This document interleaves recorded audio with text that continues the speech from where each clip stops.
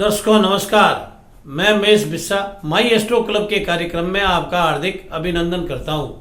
साथियों, गोचर में जब बड़ा ग्रह कोई वक्री होता है या राशि परिवर्तन करता है तो उसका प्रभाव सभी राशियों पर पड़ता है। देवगुरु बृहस्पति 20 जून 2021 को कुंभ राशि में वक्री होंगे और अपनी उल्टी चाल चलते हुए वे अपनी नीच की मकर राशि में 14 सितंबर 2021 को चले जाएंगे। कुछ समय वहां रुकने के पश्चात पुनः 20 नवंबर 2021 को वह कुंभ राशि में प्रवेश करेंगे। यह 150 दिन का गोचर किन राशियों में किस प्रकार से प्रभाव डालेगा, इसके बारे में आज हम इस वीडियो में बात करेंगे। साथियों, देवगुरु बृहस्पति एक प्रभावशाली ग्रह है। यह हमारे 5 भावों का कारक है। धन भाव, शिक्षा और संतान के भाव का कारक है, भाग्य का कारक है, कर्म और लाभ का कारक है। और देवगुरु बृहस्पति की 3 दृष्टियां होती है, पंचम दृष्टि, सप्तम दृष्टि और नवम दृष्टि। ऐसा मानना है कि देवगुरु बृहस्पति जिस भाव या जिस ग्रह पर अपनी दृष्टि डालते हैं वह भाव वह ग्रह अच्छे फल देने लग जाता है। जब कोई ग्रह वक्री होकर अपनी पीछे की राशि में जाता है और वहां कुछ समय रुकने के बाद पुनः अपने आगे वाली राशि में आ जाता है तो ऐसे ग्रह को अतिचारी ग्रह कहते हैं। और देवगुरु बृहस्पति अतिचारी ग्रह की भांति ही कार्य करेंगे। अचानक से कभी लाभ दे देता है और अचानक से हानि का सामना भी करवा देता है। आज हम बात करेंगे मिथुन राशि वाले जातकों के लिए देवगुरु बृहस्पति का यह परिवर्तन क्या लाभ देने वाला है। मिथुन राशि में देवगुरु बृहस्पति 2 केंद्रों के स्वामी होकर कर्म और सप्तम भाव के स्वामी होकर भाग्य घर में शनि की मूल त्रिकोण राशि कुंभ राशि में गोचर कर रहे हैं और शनि अष्टम भाव में वक्री अवस्था में मकर राशि में गोचर कर रहे हैं। मंगल धन घर में नीच अवस्था में गोचर कर रहे हैं। राहु द्वादश भाव में और केतु षष्ठम भाव में गोचर कर रहे हैं। 20 जून 2021 के पश्चात देवगुरु बृहस्पति वक्री होंगे। वक्री होने के पश्चात जब कोई ग्रह भाग्य घर में वक्री होता है और कर्म का कारक होता है और सप्तम भाव का कारक होता है तो कर्म के फलों में निश्चित रूप से थोड़ी बहुत वृद्धि करता है। जातक कर्म अच्छे करेगा लेकिन लाभ की स्थिति में कहीं न कहीं न्यूनता रहेगी, क्योंकि लाभ का कारक मंगल नीच अवस्था में धन घर में बैठा है। 20 जुलाई 2021 को मंगल अपनी राशि परिवर्तन करके नीच घर से सिंह राशि में प्रवेश कर जाएंगे। उसके बाद लाभ की स्थिति भी धीरे धीरे ठीक होने लगेगी। 5 सितंबर 2021 तक मंगल सिंह राशि में गोचर करेंगे। जब वह सिंह राशि में गोचर करेंगे तो देवगुरु बृहस्पति की सप्तम दृष्टि मंगल पर रहेगी। मंगल मिथुन राशि में लाभ का कारक है, इसलिए देवगुरु की दृष्टि के कारण कामकाज ठीक चलेगा और लाभ की स्थिति भी काफी अच्छी रहेगी। और नवम भाव से देवगुरु बृहस्पति लगन को देखेंगे, जिससे जातक की सोच, समझ, बुद्धिमानी और चतुराई पूर्ण रूप से रहेगी।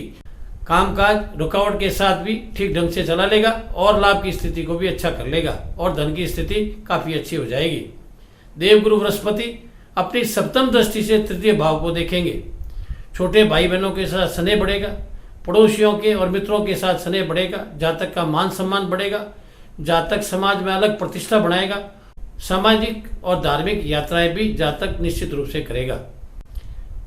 देवगुरु बृहस्पति की नवम दृष्टि पंचम भाव पर है।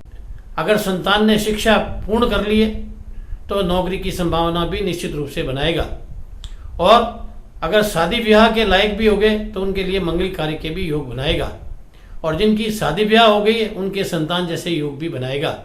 सट्टे और शेयर के व्यापार में जातक को निश्चित रूप से लाभ दिलाएगा। यह स्थिति देवगुरु बृहस्पति की अत्यधिक लाभदायी रहेगी।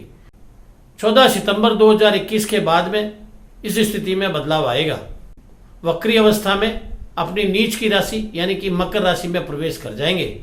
मकर राशि में प्रवेश करने के बाद में जब कोई कर्म का स्वामी अष्टम भाव में चला जाएगा तो कार्य में निश्चित रूप से बाधाएं आएगी।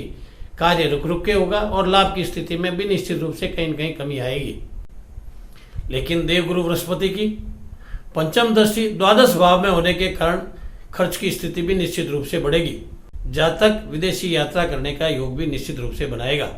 इस राशि के जातक पति पत्नी में कई दूरियां हैं तो इस समय में देवगुरु बृहस्पति की पंचम दृष्टि होने के कारण उनके बीच में स्नेह बढ़ेगा, वे दोनों साथ रहने लगेंगे।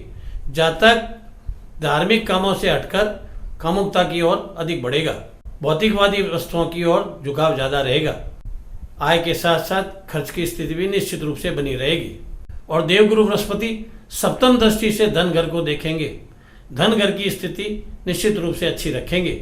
पुराना रोका हुआ धन, कई पुराने किए हुए कार्यों का लाभ इस समय में देवगुरु बृहस्पति निश्चित रूप से जातक को दिलाएंगे और जातक की धन की स्थिति को अच्छा बनाए रखेंगे। देवगुरु बृहस्पति की नवम दृष्टि चतुर्थ भाव पर होगी, पारिवारिक सुख मिलेगा, पारिवारिक लोगों के साथ स्नेह बढ़ेगा और पारिवारिक तालमेल की अच्छी स्थिति रहेगी। इस समय में यदि पैतृक संपत्ति का कोई बंटवारा होता है तो जातक को निश्चित रूप से लाभ मिलेगा और जातक की स्थिति वित्तीय रूप से और अच्छी हो जाएगी।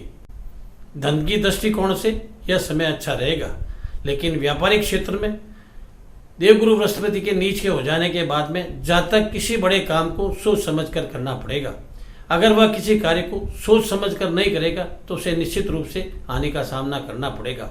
इसलिए इस समय में जातक कोई भी बड़ा निर्णय सोच समझ कर ले या इस समय को टाल दे और देवगुरु बृहस्पति के पुनः कुंभ राशि में आने के पश्चात उस व्यापार को करता है तो उसके लिए ज्यादा अच्छा रहेगा। अब बात करते हैं स्वास्थ्य की दृष्टि से। स्वास्थ्य की दृष्टि से निश्चित रूप से कहीं न कहीं जातक को परेशानी रहेगी, क्योंकि उसे पथरी जैसे रोग, इन्फेक्शन और पुराने रोग जैसे ब्लड प्रेशर और शुगर जैसे रोग जातक को बार बार परेशान करेंगे। जातक की पाचन संबंधी समस्याएं भी रहेगी और जातक के हाथ पैरों में दर्द भी रहेगा और जातक एलर्जी का शिकार भी निश्चित रूप से रहेगा।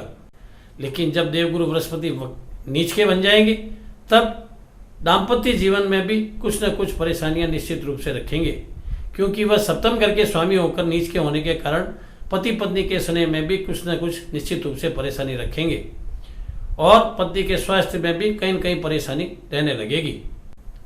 जातक धन की स्थिति से यह समय अच्छे से निकाल लेगा, पारिवारिक रूप से अच्छे से निकाल लेगा और कारोबार की दृष्टिकोण से भी यह समय अच्छे से निकाल लेगा। अब बात करते हैं कर्क राशि की। कर्क राशि के जातकों के लिए यह समय विशेष अच्छा रहेगा। कर्क राशि में देवगुरु बृहस्पति नवम भाव और षष्ठम भाव के स्वामी होकर अष्टम भाव में वक्री अवस्था में गोचर कर रहे हैं और शनि सप्तम भाव में वक्री अवस्था में मकर राशि में गोचर कर रहे हैं और मंगल नीचे होकर लगन में गोचर कर रहे हैं और राहु लाभ भाव में और केतु पंचम भाव में गोचर कर रहे हैं।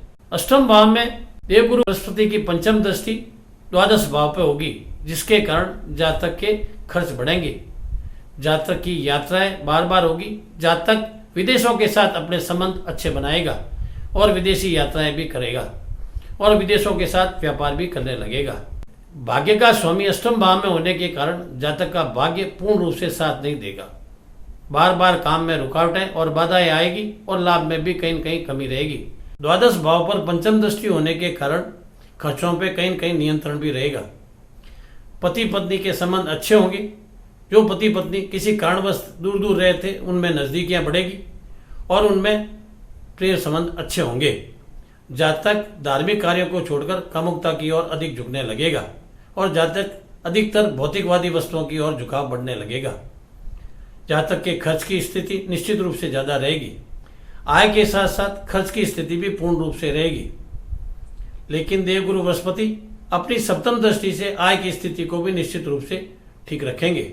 अगर इस समय में जातक कोई बड़ा व्यापार करता है तो उसे इस व्यापार को सोच समझकर करना होगा, अन्यथा उसमें हानि होने की संभावना है। जैसे चल रहा है उसी गति में नौकरी हो या व्यापार हो या प्राइवेट नौकरी हो, जैसे चल रही है साधारण रूप से उसी रूट ढंग में चलने देता है तो उसके लिए परेशानी का कारण कम रहेगा। अन्यथा परिवर्तन करने के कारण कहीं न कहीं परेशानी का सामना करना पड़ेगा और व्यापार में बड़े निर्णय, बड़ी डील, बड़ा लेन देन अगर जातक इस समय में करता है तो कहीं न कहीं उसको निश्चित रूप से परेशानी का सामना करना पड़ेगा या अत्यधिक सावधानी के साथ उसे ये काम करना पड़ेगा। देवगुरु बृहस्पति की नवम दृष्टि चतुर्थ भाव में होने के कारण परिवार के लोगों के साथ अच्छे संबंध रहेंगे, वो लोग उनका सहयोग करेंगे और काम काज में उनकी मदद भी निश्चित रूप से करेंगे। और इस समय में जातक अपनी प्रॉपर्टी संबंधी कोई कार्य करता है तो सिर्फ उसे सावधानी के साथ करना पड़ेगा, अन्यथा उसे हानि हो सकती है। बाकी लाभ की स्थिति पूर्ण रूप से दिखाई दे रही है।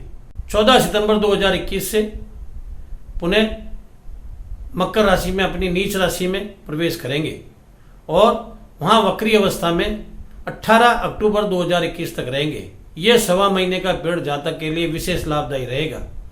जातक इस पीरियड में अपने पुराने सोचे हुए काम जो अधूरे रह गए हैं उन्हें निश्चित रूप से पूरा कर लेगा, चाहे वह व्यापारिक हो, चाहे इंश्योरेंस संबंधी कोई क्लेम हो, या कोई पदोन्नति हो या पद प्राप्ति हो, या नौकरी लगना हो, या नौकरी में कोई प्रमोशन हो।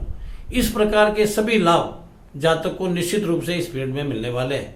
यानी कि पुराने बकाया या सोचे हुए काम इस सवा महीने में निश्चित रूप से जातक के बनते नजर आएंगे और जातक की आर्थिक स्थिति में भी काफी सुधार होगा। इसके बाद का समय यानी कि 18 अक्टूबर 2021 से लेकर देवगुरु बृहस्पति के कुंभ राशि में प्रवेश करने तक यानी कि 20 नवंबर 2021 तक की स्थिति विशेष अच्छी नहीं रहेगी। जातक इस समय में कोई भी निर्णय सोच समझ कर ले, असावधानी के कारण हानि का सामना करना पड़ेगा। जातक इस समय को निकाल देता है या टाल देता है या आगे कर देता है तो वह निश्चित रूप से अपने इस समय को सावधानी और अच्छी स्थिति के साथ निकाल लेगा। जातक स्वास्थ्य की दृष्टिकोण से बड़े परेशानी का समय रहेगा। केतु पंचम भाव में होने के कारण संतान की दृष्टिकोण से भी मिले जुले फल रहेंगे, पत्नी की दृष्टिकोण से भी मिले जुले फल रहेंगे। जातक अपने दाम्पत्य जीवन को विशेष अच्छा नहीं बना पाएगा, लेकिन स्वास्थ्य की दृष्टि से पथरी की बीमारी, इन्फेक्शन, मोटापा, पस जैसे रोग, हाथों में तकलीफ, पाचन संबंधी समस्याएं, बुखार, खांसी, जुकाम, पैरों में जोड़ों में दर्द, ऐसी स्थिति रहेगी। लेकिन अगर व्यापार के संबंध में अगर कोई लोन लेना चाहता है या धन कहीं से उधार लेना चाहता है तो इसकी सुविधा भी इस समय में देवगुरु बृहस्पति उसे आसानी से करवा देंगे। लेकिन जातक को प्रत्येक कार्य सोच समझ के करना पड़ेगा और स्वास्थ्य की सावधानी विशेष रूप से रखनी पड़ेगी। जातक धन की स्थिति में अच्छा रहेगा, पारिवारिक जीवन में अच्छा रहेगा, लेकिन स्वास्थ्य की दृष्टिकोण से और दाम्पत्य जीवन और संतान की दृष्टिकोण से यह फल मिले जुले रहेंगे। जातक इन सब परेशानियों को कम करना चाहता है तो प्रतिदिन शिव पर पंचामृत से अभिषेक करे और गुरु का प्रतिदिन जाप करता है तो निश्चित रूप से ये परेशानियां कुछ कम होती नजर आएगी।